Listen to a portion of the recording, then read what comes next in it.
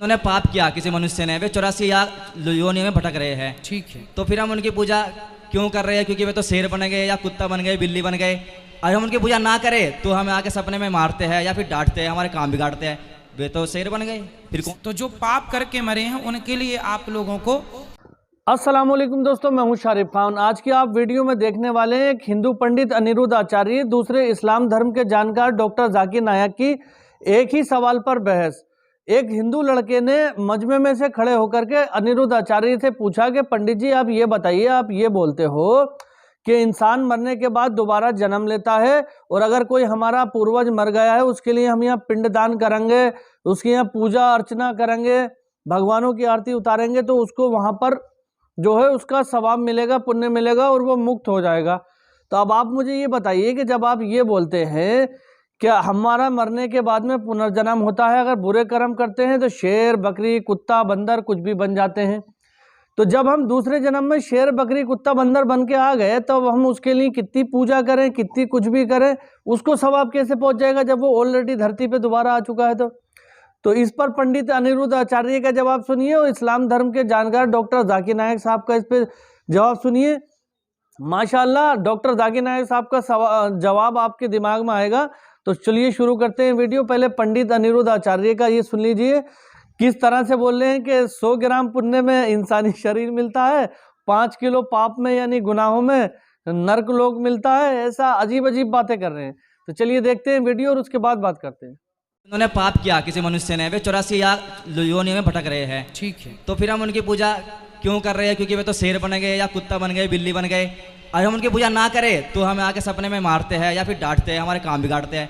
वे तो शेर बन गए, फिर कौन? तो जो पाप करके मरे हैं उनके लिए आप लोगों को पिंडदान, तर्पण, भागवत जी की पोथी के चलो उनकी भी सदगति हो जाए, चूंकि हमारे पूर्वज हैं। आप कहते हो कि भागवत से कि मनुष्य को मतलब कि जो मर जाता है सब मोक्ष मिल जाता है। ठीक है। यदि कोई मरने के बाद शेर बन गया सपोज डेट, हाँ तो और मैंने उसके नाम की भागवत करवा दी संकल्प से, ठीक है। तो उसे मोक्ष कैसे मिलेगा? माने की संकल्प में तो आपका गोत्र होगा ना जी, तो आपके गोत्र में जितने आए हैं, हाँ आपके पिता के पिता के पिता के पिता, सबका तो वही गोत्र जी कहलाया। जी जी जी। तो उस गोत्र से सबको प्राप्त होता है। यदि आपके पिताजी या दादाजी या जो भी व्यक्ति हैं वो शेर बने हैं, ठीक है, आपने बताया था उसको मांस मिल जाएगा शेर को वहाँ पे। बिल्कुल। नहीं, मरने के बाद फिर वे जन्म से छूट जाएगा, पुनर्वी जन्म पुनर्वी मन्नम से। नहीं पुनरपि वो तो चक्कर में पड़े ही है ना, शेर बना है मतलब जन्म मृत्यु में तो पड़े ही है। शेर तो बने हैं, हमने भागवत करवा दी, मोक्ष तो मिलेगा ना, मरने के बाद दोबारा नहीं होना चाहिए जन्म। धन्यवाद डॉक्टर जाकिर नायक साहब। मेरे शरीर का, मेरे जिस्म का दिया गया नाम डॉक्टर वर्मा है और मैंने कुरान शरीफ भी पढ़ी है, बाइबिल भी पढ़ी है और वेदवाद की थोड़ा सा अध्ययन किया है। मैंने कुरान में सारी बातें अच्छी पाई हैं, किंतु एक बात मेरी समझ में अभी तक नहीं आई है। ये हिंदूवादी वो कहते हैं कि जन्म होता है और कुरान में एक बात आती है कि मुर्दे जिंदे किए जाएंगे। ये दो बात मेरी समझ में अभी तक नहीं आई है। हिंदू तकवा कहता है, उन्होंने देखा कि जन्मवाद के जन्म होता है, मैंने डिस्कवरी चैनल में भी ये चीज़ें देखी हैं। और दूसरा कि आखिर में कुरान में कि मुर्दे जिंदे किए जाएंगे। मैंने इस बात को बहुत से पूछा है, किंतु मेरे का इस बात का क्लियरिफिकेशन कोई भी मज़हब, एक तो जन्मवादी, दूसरा जो जन्म नहीं मानता यानी मुर्दों को जिंदा करता है, समझा नहीं पाया। मैं आपसे प्रार्थना करता हूँ कि इस बात को कुरान के माध्यम से और आपके माध्यम से मैं समझने के लिए आपसे गुजारिश कर रहा हूँ। धन्यवाद। डॉक्टर साहब ने अच्छा सवाल पूछा है कि उसने कुरान मजीद पढ़ी और सब बात को तस्लीम करते, सिर्फ ये 1 या 2 बात कि कुरान शरीफ के अंदर मौत आती है, मुर्दे को वापस से ज़िंदगी दी जाएंगी आखिरत में, उनका जिक्र है। और हिंदू लोग ये मानते हैं कि पुनर्जन्म में, और वो डिस्कवरी चैनल पे देखे कि पुनर्जन्म होता है। अगर आप देखेंगे सबसे ऊंची किताब हिंदू मज़हब में वेद, अगर आप पढ़ेंगे पुनर की मानी क्या, पुनर संस्कृत में मतलब नेक्स्ट, अगेन, वापस से, और एक, पुनर के मानी नेक्स्ट। तो पुनर्जन्म मतलब नेक्स्ट जिंदगी और एक जिंदगी। अगर आप कुरान शरीफ पढ़ेंगे, कई आयतें हैं कि अल्लाह सुब्हाना व तआला ने आपको जिंदगी दी, पहले आप थे नहीं, फिर जिंदगी दी, इस धरती पे आए, फिर आपको मौत देंगे, फिर आखिरत में उठाया जाएगा। आप जो कर रहे मुर्दों को जान दी जाएंगे आखिरत में, ये हम मानते हैं कि एक बार हम इस धरती पे आते, नेक्स्ट लाइफ इज आखिरत। उसी तरीके से वेद में भी जिक्र है अबाउट पुनर्जन्म, नेक्स्ट लाइफ, सेम हूबहू जिस तरीके से कुरान में लिखा हुआ है। लेकिन आम हिंदू मजहब के जो गुरु है, स्वामी हैं, इन लोग जब ये जानने लगे, एक उनको कठिनाई पेश आई। वो देखने लगे कि कई इंसान जब पैदा होते हैं with congenital defects, heart problem, heart defects, limb problem, कोई अमीर पैदा होता है, कौन गरीब पैदा होता है, तो भगवान ही कैनॉट बी अनजस्ट। भगवान अनजस्ट नहीं हो सकता है कि कोई इंसान को हेल्दी पैदा करता है सेहत के साथ, कोई इंसान को कंजेनाइटल दिल की बीमारी से पैदा करता है, कोई इंसान को अमीर घर में पैदा करता है, कोई इंसान को गरीब घर में। तो भगवान अनजस्ट नहीं हो सकता है, ना इंसाफ नहीं हो सकता। तो ये जो स्वामी लोग हैं, इन लोग ने एक नई चीज निकाली, संस्कारा। हिंदू मजहब में कहते संस्कारा, जो इंग्लिश में कहते हैं cycle of birth and rebirth, transmigration of soul. अंग्रेजी में कहते ट्रांसमाइग्रेशन ऑफ सोल, क्योंकि आप डॉक्टर है, आप जानते होंगे।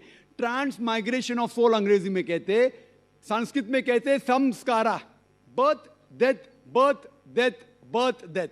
कहीं भी वेद में नहीं लिखा हुआ है कि birth death, birth death, birth death, कहीं भी वेद में नहीं लिखा है। चैलेंज है मेरा, ये इन लोग को मिलता है भगवत गीता के श्लोक से। भगवत गीता का श्लोक चैप्टर नंबर 2 में, वर्स नंबर 22 में, उसमें लिखा हुआ है कि जब कोई शख्स अपने कपड़े निकालता है तो वो नए कपड़े पहन लेता है। उसी तरीके से रूह एक नई जिस्म में जाती है। और ये भद्यांकर उपनिषद में भी इसका जिक्र है, आप पढ़ेंगे कि when a caterpillar climbs up the grass of blade, he jumps to a new grass. Same way the soul takes a new body. जिस तरीके से कैटरपिलर घास के ऊपर चढ़ता है और दूसरे घास पे जाता है, उसी तरीके से रूह एक नई बॉडी के अंदर जाता है। तो इस श्लोक के बुनियाद पर इन लोग ने एक फिलॉसफी पैदा की, संस्कारा, कि इंसान जो कर्म के बेस के ऊपर, कर्म और धर्म की फिलॉसफी, कर्म मतलब अच्छे कर्म करोगे धर्म के हिसाब से तो अगले जन्म में आप अच्छे पैदा होंगे। अगर आपके कर्म बुरे होंगे तो अगले जन्म में आप हो सकता है कि लूला पैदा होंगे या लंगड़ा पैदा होंगे। और जो कहते हैं कि आप इंसान 7 बार बनेंगे। ये कौन कहता है? वेद नहीं कहती, ये स्वामी जी लोग कहते हैं।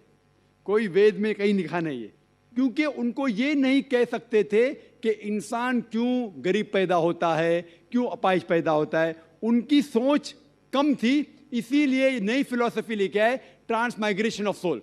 आप तो डॉक्टर है, मैं भी डॉक्टर हूं। आपने कहीं मेडिकल साइंस बुक में पढ़ा हुआ है कि इंसान इस दुनिया में जन्म लेता है? कभी नहीं। क्या फिजियोलॉजी में पढ़ा, क्या एनाटॉमी में पढ़ा? अगर ये साइंटिफिक फैक्ट होता था तो हम मेडिकल कॉलेज में पढ़ते थे कि इंसान नए जन्म लेता है। हम कभी भी नहीं पढ़े। इससे ये साबित होता है कि साइंस इसको तस्लीम ही नहीं करती। जो आप कह रहे डिस्कवरी चैनल में देखा, जो आप कह रहे हैं, अगर ये हक होता था तो हमारे साइंटिफिक बुक में भी ये लिखा होता। तो ये कहना कि साइंटिफिक प्रूफ है कि हम जन्म लेते हैं, बिल्कुल गलत है। इस्लाम जो इसका जवाब देता है वो है कि इस्लाम तस्लीम करता है कि अल्लाह सुब्हानहू व तआला कुछ लोग को अपाहिज पैदा करता है, कुछ लोग को अच्छी सेहत देता है, कुछ को गरीब, कुछ को अमीर। इसकी वजह है कि अल्लाह ताला फरमाते हैं सूरह मुल्क में, सूरा नंबर 67 आयत नंबर 2 में, अल्लज़ी खलक़ल मौत वल हयाता, अल्लाह सुब्हानहू व तआला ने मौत और ज़िंदगी बनाई ताकि आप लोग को जांच सके, आप लोग का इम्तिहान ले सके, आप लोगों में से कुछ लोग अच्छे हैं। ये जांच पड़ताल करने के लिए ये ज़िंदगी हमारे लिए इम्तिहान है। और अल्लाह ताला फरमाते हैं सूरह अनफाल में, सूरा नंबर 8 आयत नंबर 28 में, कि आपके बच्चे और आपकी जायदाद आपके लिए फितना है। आपकी जायदाद और आपके बच्चे आपके लिए एक टेस्ट है, आपके लिए इम्तिहान है। अल्लाह ताला कुछ लोग को गरीब घर में पैदा करता है, कुछ लोग को अमीर। जो लोग अमीर है उनके लिए इम्तिहान है कि वो ज़कात देते क्या नहीं। जैसा कि मैंने कहा मेरी तकरीर में, तीसरी बुनियादी बात इस्लाम में है ज़कात। जिस शख्स के पास 85 ग्राम से ज़्यादा सोना है या उसके मुकाबले में धन है, उसको 2.5% ज़कात देना फ़र्ज़ है। जो आदमी अमीर है, कुछ अमीर लोग बराबर ज़कात देते, कुछ लोग आधा देते, कुछ लोग देते ही नहीं। तो अमीर इंसान को शायद 100% मार्क्स मिले या 50% मार्क्स मिले या 0% मिले। वो गरीब इंसान को ज़कात में तो 100 मार्क्स मिलता है, 100 आउट ऑफ 100। उसको ज़कात देना ही नहीं। हम कहते रहे बेचारा गरीब इंसान है, लेकिन असल में देखे जाओ तो उसको उस इम्तिहान में, गुर्बत के इम्तिहान में 100% मार्क्स मिले। आप समझ रहे? इसी तरीके से अल्लाह ताला कहते हैं कि आपके बच्चे आपके लिए इम्तिहान है। हो सकता है मिसाल के तौर पे एक अच्छे जोड़ी है, अच्छे मुसलमान है, 5 टाइम नमाज पढ़ रहे हैं, हज को गए हैं, रमज़ान में रोज़ा रखते हैं, ज़कात देते हैं। अल्लाह ताला उनका और बड़ा इम्तिहान लेना चाहता है। जितना बड़ा इम्तिहान उतना बड़ा इनाम। मिसाल के तौर पे अगर आप बीए पास करते तो आपको सिर्फ ग्रेजुएशन मिलता है। अगर आप एमबीबीएस पास करते आपको डॉक्टर कहलाया जाता। डॉक्टर मतलब ऊंचा ओहदा। इसी तरीके से अल्लाह सुब्हाना व तआला हो सकता है कि उस जोड़ी को इम्तिहान और सख्त देता है और ऐसा बच्चा पैदा करता है जो अपाहिज है। अल्लाह ये देखना चाहता है कि अपाहिज बच्चा पैदा करने के बावजूद वो अल्लाह के ऊपर ईमान रखता है क्या नहीं। अगर ईमान रखता है तो अल्लाह उसे जन्नत फिरदौस देना चाहता है। और कठिन इम्तिहान और बड़ा इनाम। हो सकता है कि वो इम्तिहान में फेल हो जाएगा। तो ये कुरान की आयत है, आपके बच्चे आपके लिए इम्तिहान है। कभी कोई भी अगर कलामिटी आती है, कोई भी आपको नुकसान होता है, इधर वो आपके लिए इम्तिहान है या आपके लिए सज़ा है। जब भी कोई भी आपको इनाम मिलता है, वो इधर आपके लिए इम्तिहान है या आपके लिए रिवॉर्ड है।